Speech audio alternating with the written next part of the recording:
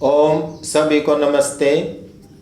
आइए एक विचार करते हैं। और आज का विचार ब्रह्मचर्य के विषय में करते हैं कि एक ब्रह्मचारी कौन से भोजन करे और कौन से भोजन ना करे, क्योंकि भोजन सात्विक होते हैं और तामसिक होते हैं। सात्विक भोजन ब्रह्मचर्य के पालन में सहायक होते हैं और जो तामसिक भोजन होते हैं वह ब्रह्मचर्य का नाश करते हैं। तो आइए इसी पर विचार करते हैं। देखो, कई बार हमको युवक मिलते हैं और वो हमको बताते हैं कि हम ब्रह्मचर्य का पालन तो करना चाहते हैं, किंतु हमारा ब्रह्मचर्य फिर भी खंडित हो जाता है। तो हम जब उनको भोजनों के विषय में पूछते हैं कि आप भोजन कैसा करते हैं, तो वह बताते हैं कि ऐसे भोजन करते हैं और उन भोजनों में तामसिक भोजन बहुत होता है, इसलिए उनका ब्रह्मचर्य खंडित होता है। इसलिए आइए विचार करते हैं कि जो ब्रह्मचारी रहना चाहता है वह तामसिक भोजन ना करे। अब उन तामसिक भोजन में कौन से भोजन आते हैं, इसी पर चर्चा करते हैं। देखो, कदापि भी ब्रह्मचारी जो विवाह में शादी में भोजन बनते हैं उनका सेवन ना करें, क्योंकि शादी में जो भोजन बनते हैं उनमें जो सब्जी होती है उनमें बहुत लाल मिर्च और मसाले होते हैं, और लाल मिर्च मसालों में गर्मी होती है। और जैसे ही ब्रह्मचारी लाल मिर्च मसालों की सब्जी खाएगा उसके शरीर में गर्मी उत्पन्न होगी, या तो उसका सोपन दोष होगा या धात की बीमारी भी लग सकती है। इसलिए ऐसी सब्जी कदापि भी ना खाए ब्रह्मचारी जिसमें लाल मिर्च और मसाले बहुत अधिक होते हैं। अगर शादी में उसको खाना ही पड़े तो आजकल शादियों में सलाद मिलता है, फल मिलते हैं, फलों का सेवन करें, सलादों का सेवन करें, ये खा सकते हैं। ब्रह्मचारी कदापि भी मीट, अंडा और मांस ना खाए, क्योंकि मीट में, अंडे में, मांस में बहुत गर्मी होती है। अगर मीट, अंडा और मांस खाएंगे तो वही शरीर में गर्मी उत्पन्न होगी, उससे सोपन दोष हो सकता है, उससे धात की बीमारी हो सकती है। ब्रह्मचारी कदापि भी बाजार की जो तली हुई चीज़ें होती हैं उनका सेवन ना करें, जैसे ब्रेड, समोसा, गोलगप्पे, चाउमीन, बर्गर, अन्य जितनी भी तली हुई चीज़ें होती हैं उनमें भी मसाले होते हैं, उनमें भी मिर्चें होती हैं। उनका भी कदापि भी जो बाजारी की तली हुई चीज़ें हैं वे उनका सेवन ना करें।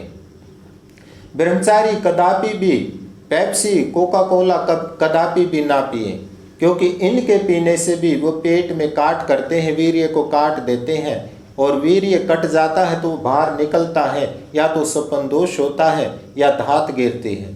इसलिए कदापि भी पेप्सी और कोका कोला का प्रयोग कदापि भी ना करें।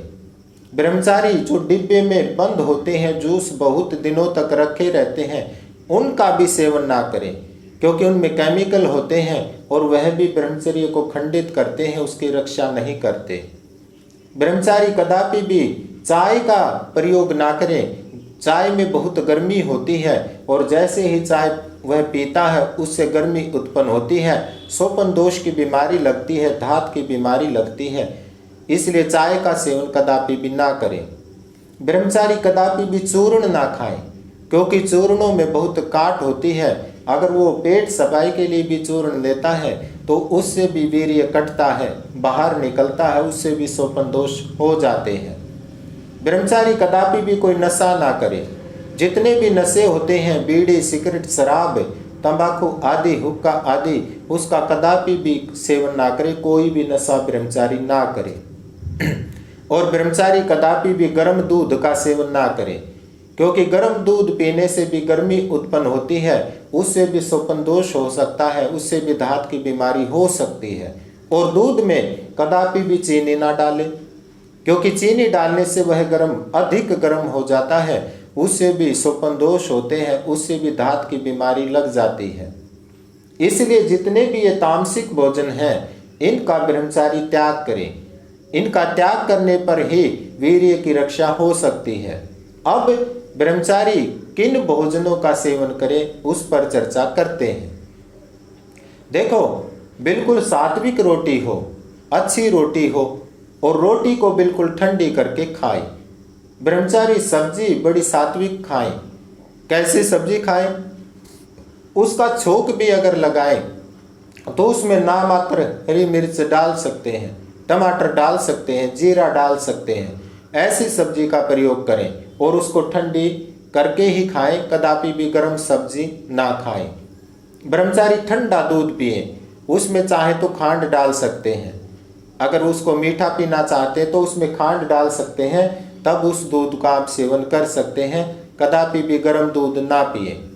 आप फल खा सकते हैं, जितने भी फल होते हैं बाजार में वो फल खा सकते हैं, केवल एक खट्टे फल को छोड़ के मीठे फलों का सेवन करें।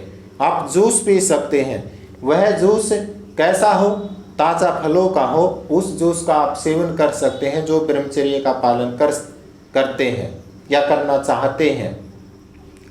आप बादाम खा सकते हैं, लेकिन गर्मी में उस बादाम को शाम को भिगो दें और सुबह उसका छिलका उतार कर उसको कुंडी में पिसाई कर सकते हैं।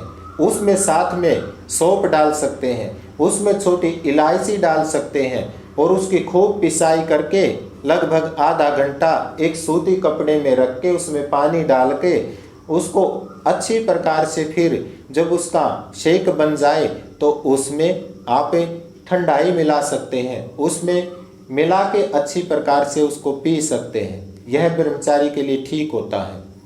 और अन्य भी जितने सात्विक भोजन होते हैं वे सब ब्रह्मचारी कर सकता है।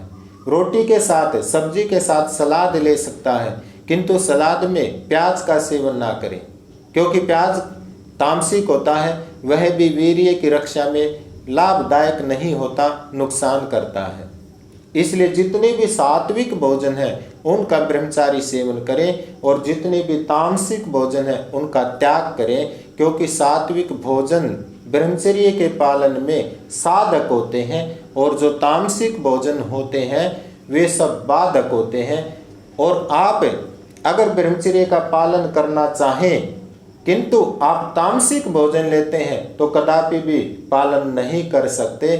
और अगर आप सात्विक भोजन लेते हैं, जो पालन नहीं भी करना चाहता वह भी पालन धीरे धीरे करने लग जाएगा।